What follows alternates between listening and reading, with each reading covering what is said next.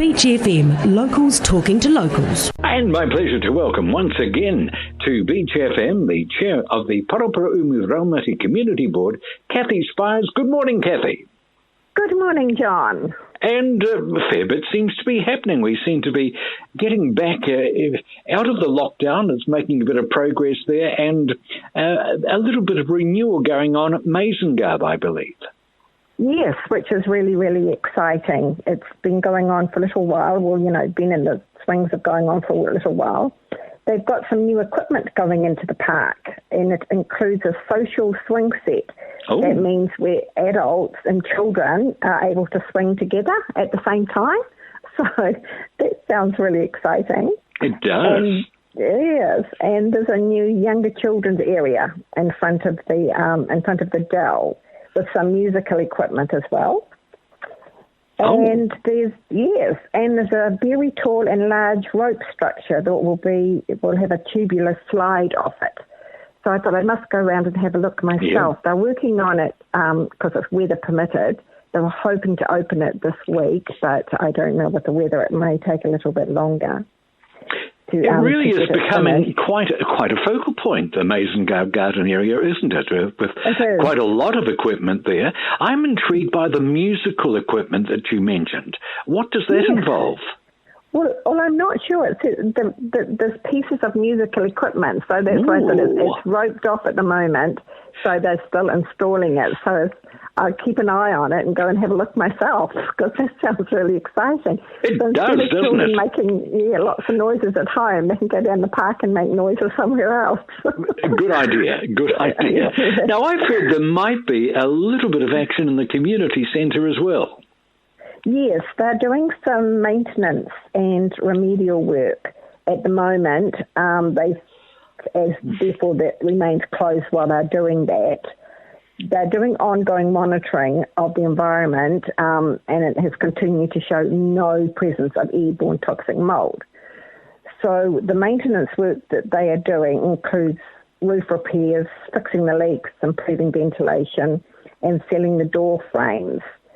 That is carried out by local contractors, which is really, really good. Mm-hmm. And they're talking at the moment too with the stakeholder, working with interested parties in the community to explore opportunities for the building, and that supports the community while we're recovering through this COVID-19. So it's really good that it's able to be used, at least with this work done, for another couple of years.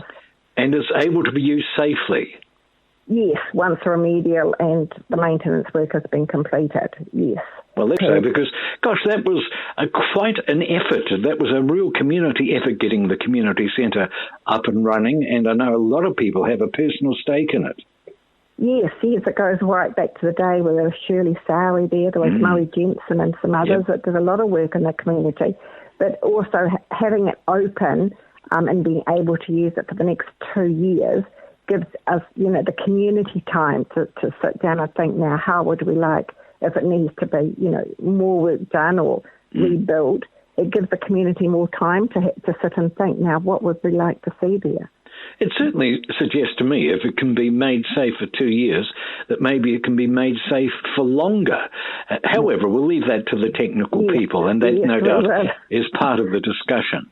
There seems to be some exciting stuff happening at McLean Park as well. We've got a new sculpture there, the Tahura, the whale sculpture. Yes, it's been so long coming. We've been going, the community board's been saying, when's it coming? And now that will hopefully, weather dependent as well, it will take a couple of weeks to set it up and put it in place.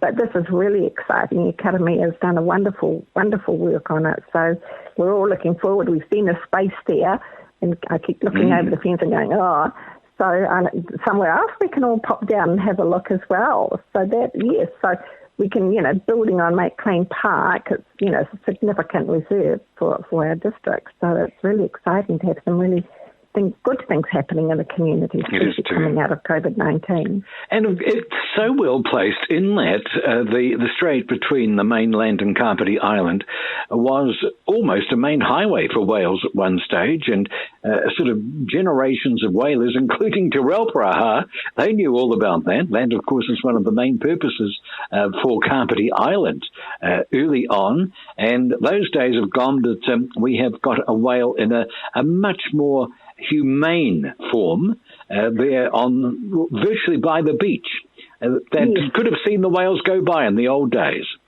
Absolutely. It's really, really wonderful. And yes, historically, New Zealand's been, really well known for all the whalers we had around the country. So it is significant and it's wonderful. So it's good to be getting incrementally they are coming. So it is good. Now, possibly another increment is the Gateway building. I see the concept design has been released.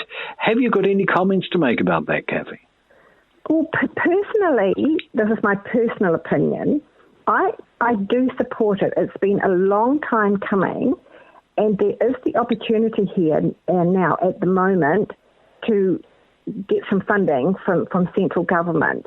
I go back to the days of the Paraparaumu airport, where council missed out on that. And you've got to grab these opportunities when they arrive. It will create employment.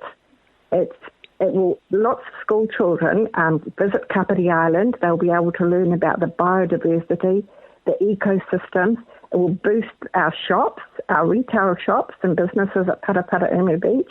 But not only there, but Raumati Beach and up coastlands, we can promote the whole area for it. I think it's wonderful, and it's an opportunity that shouldn't be missed. They are replacing the car parks at the golf club, which makes a lot of sense, as 90% of the people that visit Kapiti Island now are taking up those car parks at the beach. I think the design, and we learn, our young children too, we need to learn about the history of our district. And it was, the site for the Te Urahi Pā down there. So there's a lot of history, and I'm an older person now, and I'm really sad that I missed out on learning a lot about my family history way back. Yes. So, and I think it's important for the children, we need to know where they've come from.